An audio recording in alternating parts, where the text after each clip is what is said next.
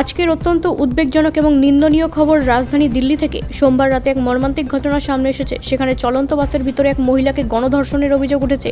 Police সূত্রে জানা গেছে, ঘটনার সঙ্গে যুক্ত থাকার অভিযোগে বাসের চালক এবং কন্ডাক্টর দুজনকেই গ্রেফতার করা হয়েছে।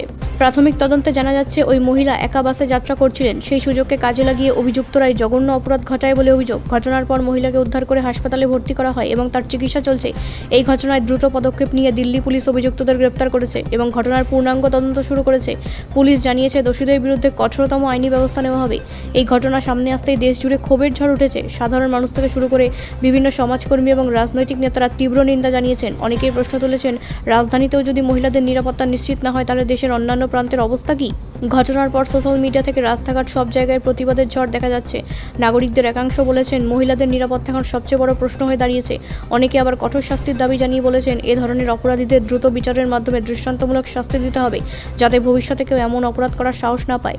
নারী অধিকার সংগঠনগুলি রাস্তায় নেমে প্রতিবাদ জানাচ্ছে এবং নিরাপত্তা ব্যবস্থার আরও কড়াকড়ি করার দাবি তুলেছে।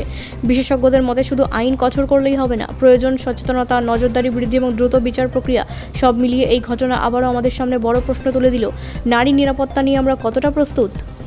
ব্যুরো রিপোর্ট, রাষ্ট্রীয় প্রসার বাংলা।